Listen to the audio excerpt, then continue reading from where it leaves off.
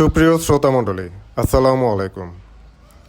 Back to ইউনিটের নতুন এপিসোডে আপনাদের সবাইকে স্বাগতম। আশা করি আপনারা সবাই ভালো আছেন।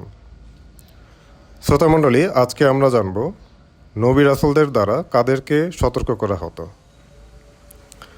আপনারা কোরআনের অনেক জায়গাতেই এরকম উল্লেখ পাবেন যে নবী রাসূলদেরকে পাঠানো হয়েছে সুসংবাদদাতা ও সতর্ককারী হিসেবে।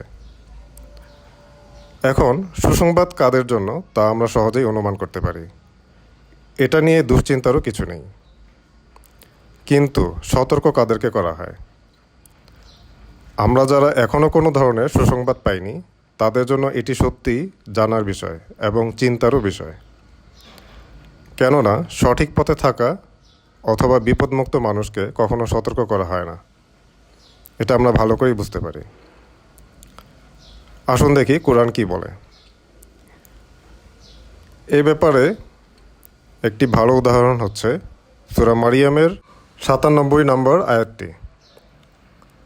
এখানে বলা হচ্ছে, আমি তো আপনার ভাষায় কোরআনকে সহজ করে দিয়েছি যেন আপনি এর সাহায্যে মুত্তাকিদেরকে সুসংবাদ দিতে পারেন এবং কলহপ্রবণ লোকদেরকে সতর্ক করতে পারেন। এখন কলহপ্রবণ লোকজন কারা?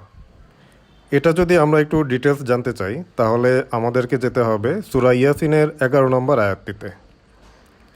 এখানে বলা হচ্ছে, আপনি কেবল তাদেরকেই সতর্ক করতে পারেন যে উপদেশ মেনে চলে এবং না দেখে দয়াময়কে ভয় করে। অতএব আপনি তাকে সুসংবাদ শুনিয়ে দিন ক্ষমা ও উত্তম পুরস্কারের। এই আয়াতের উপর ভিত্তি করে আমরা আলোচনাকে দুটি অংশে ভাগ করতে পারি। এক হচ্ছে যে উপদেশ মেনে চলে তাকে কেন সতর্ক করা হচ্ছে। দুই, যে দয়াময়কে না দেখে ভয় করে তাকে কেন সতর্ক করা হচ্ছে। আসুন প্রথম অংশটি নিয়ে আলোচনা করা যাক। শ্রোতামণ্ডলী, আমরা সবাই মনে করি উপদেশ মেনে চলা ভালো, কিন্তু আমাদের উপদেশ মেনে চলা উচিত নাকি আল্লাহর আদেশ নির্দেশ? কারণ উপদেশ তো সবাই দেয়। আর যে কিতাব থেকে আমরা উপদেশ মেনে চলতে চাই তা কি সম্পূর্ণ? কুরআন কি সেই সাক্ষী দিচ্ছে? আসুন দেখি কুরআন কি বলে। সূরা রাদের ৩৯ নম্বর আয়াতে বলা হচ্ছে, আল্লাহ যা ইচ্ছা করেন মিটিয়ে দেন এবং যা ইচ্ছা করেন বহাল রাখেন, আর তার কাছেই আছে মূল কিতাব। মূল কিতাব যেহেতু আল্লাহর কাছেই আছে, তাহলে আমাদের কাছে যা আছে তা তাহলে কি? অবশ্যই আংশিক কিতাব, তাই নয় কি? এখন আমাদের কাছে যা আছে তা যে আংশিক কিতাব তা আমরা কিভাবে বুঝব? যেমন সূরা আল ইমরানের ১৪৫ নম্বর আয়াতে বলা হচ্ছে, আর আল্লাহর হুকুম ছাড়া কেউ মরতে পারে না, সেজন্য একটা সময় নির্ধারিত রয়েছে। এই নির্ধারিত সময়কে কুরআনে বলা হচ্ছে কিতাবান মুআজ্জালা, অর্থাৎ এমন একটি কিতাব রয়েছে যেখানে মৃত্যুর সময় উল্লেখ রয়েছে, যা আমাদের কাছে থাকা কিতাবে আমরা পাই না। কিন্তু আমাদের সমাজে এরকম অনেক লোককেই দেখি যারা মৃত্যুর আগে সময় অথবা দিন অথবা মাস বলে যেতে পারছেন। এটি তারা কিভাবে পারছেন? তাদের কাছে কি কিতাবান মুআজ্জালা আছে? আর যদি থেকেও থাকে সেটি কিভাবে? আমরা আমাদের কাছে থাকা কিতাব থেকে তো মৃত্যুর আগে মৃত্যুর সময় বলে যেতে পারছি না। তাহলে কি তা আংশিক কিতাব নয়? এ ব্যাপারে আরও একটি সুন্দর আয়াত হচ্ছে সূরা মাইদার ৬৮ নম্বর আয়াতটি। এখানে বলা হচ্ছে, আপনি বলে দিন, হে আহলে কিতাব, তোমরা কোনো ভিত্তির উপরেই নও যতক্ষণ না পর্যন্ত তোমরা পুরোপুরিভাবে পালন করবে তাওরাত, ইনজিল ও তোমাদের প্রতি তোমাদের রবের তরফ থেকে যা নাজিল করা হয়েছে তা। অর্থাৎ আমাদের কাছে যা আছে তা তো আমরা পালন করবই, পাশাপাশি তাওরাত ও ইনজিলও পুরোপুরিভাবে পালন করতে হবে। আদারওয়াইজ আমরা কোনো ভিত্তির উপরেই নেই। অতএব আমাদের কাছে যা আছে তা যে মূল কিতাব নয় এবং এটি যে সম্পূর্ণ নয় তা আমরা খুব সহজেই বুঝতে পারছি এই সকল আয়াত থেকে। আর মূল কিতাব আল্লাহর কাছেই, তা আমরা শুরুতেই জেনেছি। এছাড়াও আরও একটি আয়াত উল্লেখ করার মতন, সেটি হচ্ছে সূরা আল ইমরানের ৭৮ নম্বর আয়াতটি।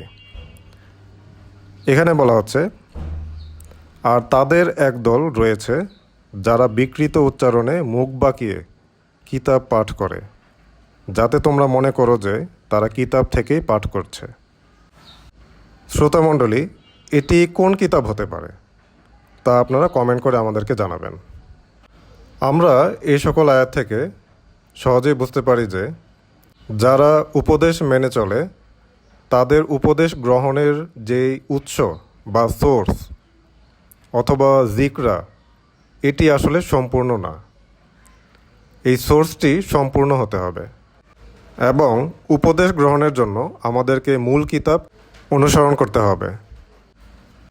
এখন আসুন দেখি এই আংশিক কিতাব থেকে উপদেশ গ্রহণ বা এটি অনুসরণের ক্ষতিকর দিক কী। যেমন সূরা নিসার ৫১ নম্বর আয়াতে আপনারা দেখতে পাবেন, বলা হচ্ছে, তুমি কি তাদের দেখোনি যাদেরকে দেয়া হয়েছিল কিতাবের একটি অংশ? তারা ঈমান রাখে জিবত ও তাগুতে, এবং তারা কাফেরদের সম্পর্কে বলে এরাই মুমিনদের চেয়ে অধিকতর সরল সঠিক পথে রয়েছে। অর্থাৎ আংশিক কিতাবের ফলোয়াররা মুমিনদের সম্পর্কে কোনো ধারণাই রাখে না, বরং কাফেরদেরকে মুমিনদের চাইতে অধিক সঠিক বলে মনে করে। সেই সাথে আংশিক কিতাব অনুসরণ করে তাদের ঈমান তো বৃদ্ধি পায়ই না, বরং অহংকার বহুগুণে বৃদ্ধি পায় এবং সরল পথ থেকে বিচ্ছিন্ন হয়ে তারা অনেক দূরে চলে যায়। আর এজন্যই যুগে যুগে নবী রাসূলরা উপদেশ মেনে চলা লোকদেরকে বারবার সতর্ক করেছেন। শ্রোতামণ্ডলী, এখন আসা যাক দ্বিতীয় অংশে। যারা রহমানকে না দেখে ভয় করে তাদেরকে সতর্ক করার ব্যাপারে। সূরা ইয়াসিনের ১১ নম্বর আয়াতের এই অংশটি পড়ে আমরাও বিস্ময়বোধ করেছি। আসলেই রহমানকে কি দেখা সম্ভব? কুরআন যেহেতু বলছে, তা অসম্ভব হওয়ার কথা নয়, সেটা যে উপায়েই হোক না কেন। আসুন কুরআন থেকে কিছু উৎসাহ পাওয়ার মতো আয়াত দেখি। সূরা হাদীদের ৩ নম্বর আয়াত। এখানে বলা হচ্ছে, তিনিই প্রথম, তিনিই সর্বশেষ, তিনিই প্রকাশ্য এবং তিনিই গুপ্ত, তিনি সর্ববিষয়ে সবিশেষ পরিজ্ঞাত। এখানে পরিষ্কারভাবেই দেখা যাচ্ছে যে আল্লাহ প্রকাশ্য। হয়তো আমাদের কোনো ত্রুটি বা অযোগ্যতার কারণে আমরা তাকে দেখতে পাচ্ছি না। আরও দেখি সূরা নিসার ১৬৪ নম্বর আয়াত। এখানে বলা হচ্ছে, আর আল্লাহ মূসার সাথে সরাসরি কথা বলেছিলেন। আরবিতে আছে এইভাবে, ওয়াকাল্লামা আল্লাহু মূসা তাকলিমা। এখানে আরবিতে তাকলিমা শব্দটি সরাসরি কথোপকথনের ক্ষেত্রে ব্যবহৃত হয়, যেভাবে একটি মানুষ আরেকটি মানুষের সাথে কথা বলে। এছাড়াও সূরা আরাফের ১৪৩ নম্বর আয়াতে দেখা যাবে যে মূসা আল্লাহর সাথে কথা বলেন এবং আল্লাহকে দেখতে চেয়ে আবদার করেন, এবং এতে আল্লাহর সমর্থন থাকার পরেও মূসা তার দায়িত্বের প্রাথমিক পর্যায়ে থাকায় এবং সীমিত যোগ্যতার কারণে দেখতে ব্যর্থ হন। কিন্তু পরবর্তীতে যোগ্যতা অর্জনের পর তিনি সরাসরি কথা বলতে সক্ষম হন, যেভাবে একজন মানুষ আরেকজন মানুষের সাথে কথা বলে। শ্রোতামণ্ডলী, আমরা আসলে বিভিন্ন ধরনের ভোগবিলাসে ব্যস্ত থাকায় এই ব্যাপারগুলিকে অনেক কঠিন এবং জটিল মনে হয়। কিন্তু আমরা যদি আমাদের আশা এবং লক্ষ্য বড় রাখি এবং ধৈর্যের সাথে এগিয়ে যাই, তাহলে অবশ্যই এগুলো কিছুই অসম্ভব নয়, যা নবী রাসূলরা প্রমাণ করে দেখিয়েছেন এবং অন্যদেরকেও সতর্ক করেছেন সঠিক উপদেশ সঠিকভাবে মেনে সঠিক লক্ষ্যে পৌঁছানোর জন্য। শ্রোতামণ্ডলী, আজ এ পর্যন্তই। আশা করি আজকের পর্বটি আপনাদের ভালো লেগেছে। এরকম আরও সুন্দর সুন্দর আলোচনা পেতে আমাদের চ্যানেলটিকে সাবস্ক্রাইব করুন এবং আমাদের পাশেই থাকুন। এছাড়া আপনাদের পছন্দের কোনো বিষয় থাকলে যা নিয়ে আমরা আলোচনা করতে পারি তা আমাদেরকে কমেন্ট করে জানাবেন। আপনাদের সুস্থতা কামনায় আমি হাসান আজকের মতো বিদায় নিচ্ছি। আসসালামু আলাইকুম।